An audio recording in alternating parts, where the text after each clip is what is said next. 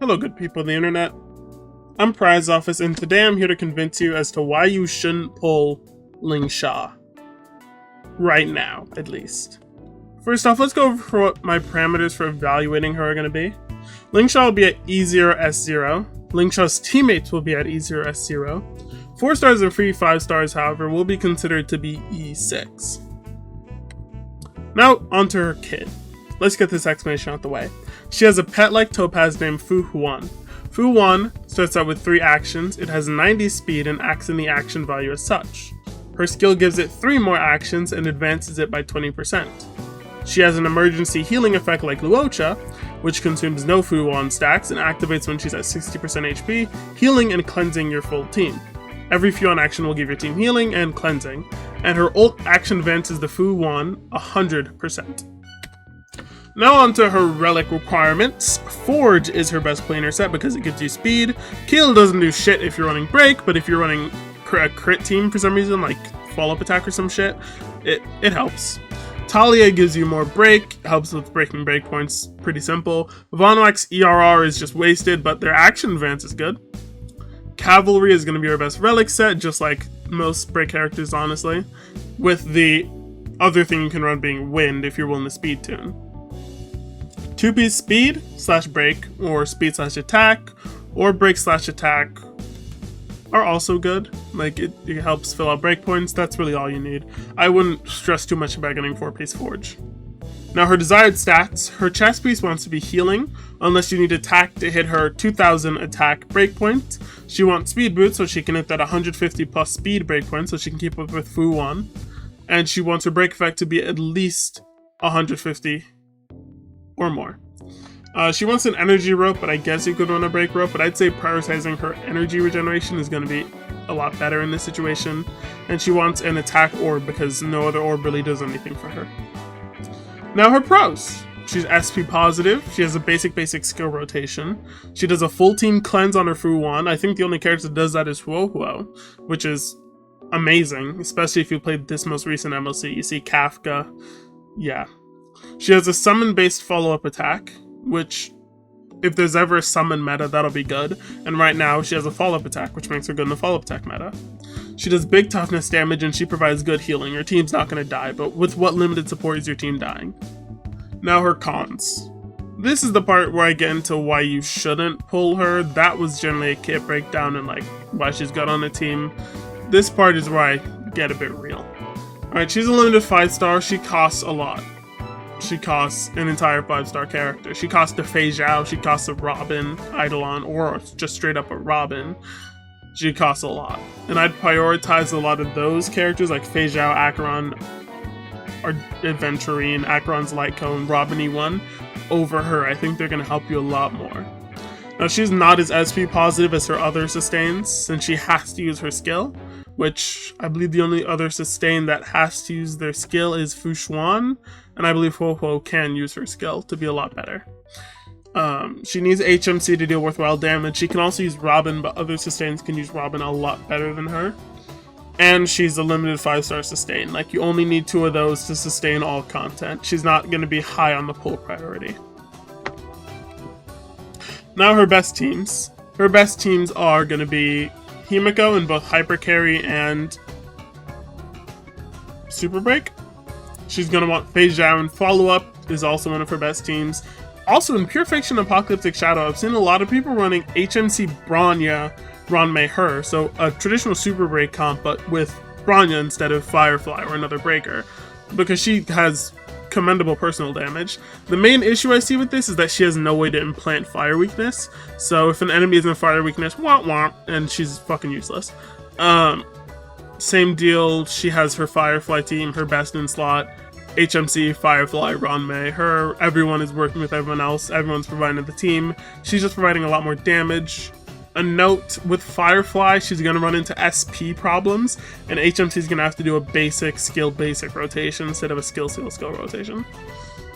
Also, pet team, Robin, Jingyuan, Topaz, Lingsha, not the best team, but if we ever get a support for summons somehow, then that will definitely skyrocket into being one of the better teams. best in slot for Lingsha versus best in slot in general. Now, this is an important distinction that a lot of CCs aren't making. Lingsha has a lot of teams she can work with, but not a lot of teams want Lingsha. Going back to this previous screen, the only team here that really wants Lingsha is her break teams. For her, even Himeko teams, Aventurine is a very, very good, perhaps just as viable support for her DPS teams instead of super break teams. When she's using crit, Aventurine will be just about as good for Himeko.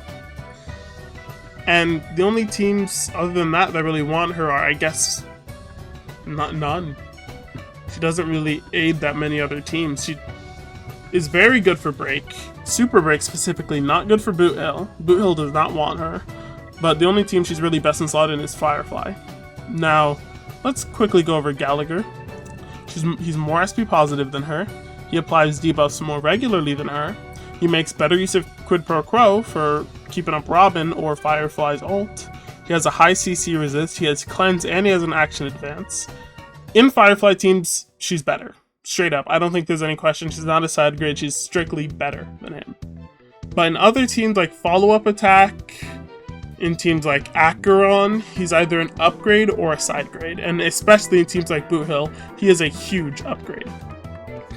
Now let's talk about the best support for one archetype claim that's going around with a bunch of content creators. She is the best support for one archetype. The only issue is that archetype is kind of dog shit. These are all the characters in her quote-unquote archetype, in her super break specific niche archetype. You may notice that with two of these characters, if you're not on Fire Weakness MOC, they're fucking useless. There's no point ever running that team, because they're not going to be useful in Super Break, because she has no internal way to implant Fire Weakness. Now with Firefly and March, that becomes less of an issue because March can break, she can deal the damage, or Firefly can implant Fire Weakness, which makes her into a much more viable support. Whenever I see this claim going around and seeing people compare her to Aventurine, Aventurine's teams can just brute force. And he has so many more teams he works with so many more viable characters. The least viable of his teammates are like Jade and Yanqing, and even then, they're still amazing. He works with March, but except for crit this time, and he works with March debatably better even on break. He works for Fei Zhao, which is probably the best team in the game right now, Topaz, Moze, Ratio, Acheron. He just has so much more universal application to good DPSs versus Lingsha, who, shit, she's only the best support for people who got power crept like 6 versions ago. And Firefly. Like, she's not really the best support for a good archetype, but technically she's the best support for the Super Break archetype. Lingsha is potential, man. Now, any JJK readers out there may know what a potential man is. Same with Limbus Company fans. You may know just what a potential man is. But this is a character who isn't at their full potential right now, and probably not going to reach their full potential anytime soon. If we get another limited break DPS that is good and doesn't consume that many skill points, she can be goated. That's probably not happening anytime soon. If we get a new super break support that also gives weakness break efficiency like Ron May, so that she can be better used in teams, and that super break support is also SP positive, she's going to be a lot better. And if we get a summon support, we'll probably see her skyrocket up in the meta, as long as we don't get another summoner who's crit based instead of break based. Now, what to do instead of pulling for her? Number 1, save for Aventurine. Number 2, build your Gallagher. And number 3, wait for her potential. Now, a lot of people are talking about how she has very good future potential. These are my ending notes and clearing up some misconceptions about her. She does have very good future potential, but don't forget, this is a gacha game. She is going to rerun later, most likely when she is reaching her full potential, like Ron May rerunning with Firefly. There's no need to get her now. Don't feel pressured to get her just because she might be good in the future if characters turn out a certain way that makes her good. And if you have Eidolons, like, a lot of her problems disappear. E1 Firefly especially gets with a lot of the problems with her on Firefly's team.